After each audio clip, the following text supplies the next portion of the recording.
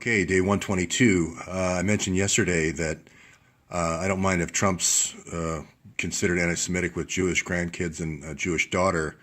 What I do consider anti-Semitic is when you give Stinger missiles and sarin gas canisters to Muslim Brotherhood, and like Hillary's done through Sid Blumenthal here, 32 different countries, especially so close to Israel.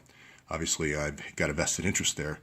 So today I also wanted to talk about the information rat lines. If you have these DynCorp carrying out these sex trafficking rat lines and organ harvesting rat lines and doing virus testing and so forth, it's this information rat line as well that can be just as damaging. This is the Promise Palantir software that manages the information of these rat lines. And this goes back to the Awan brothers. There's 3 Muslim brothers that infiltrated the House of Representatives. Here they are. This is one of them.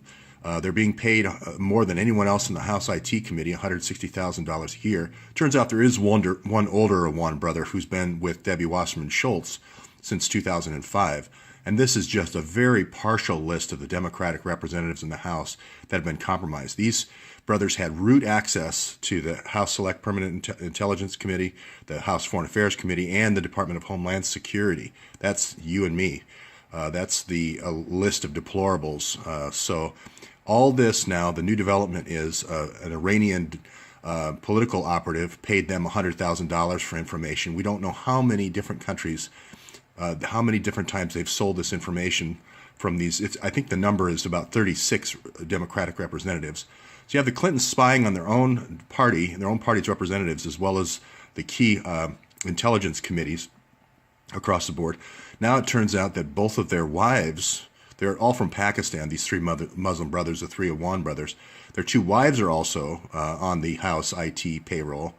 And he's on the CIA payroll. They bought, for the oldest Awan brother, they bought him a car dealership. It is the initial CIA. It's referred to that in the court documents.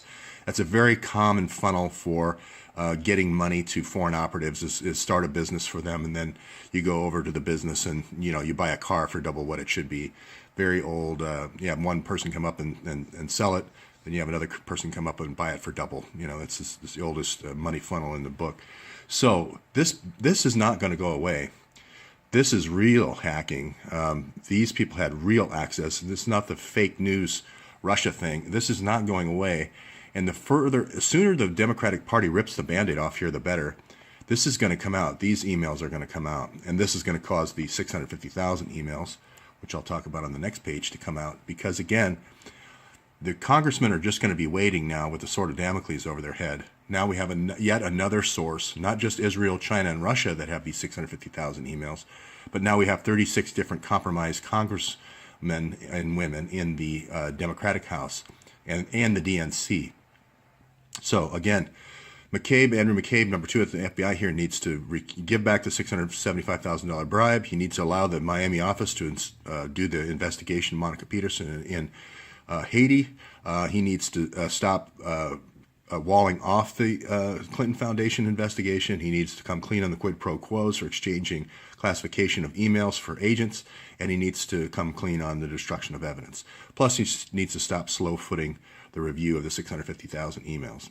So this story just gets more exciting every day. I'll have more this afternoon.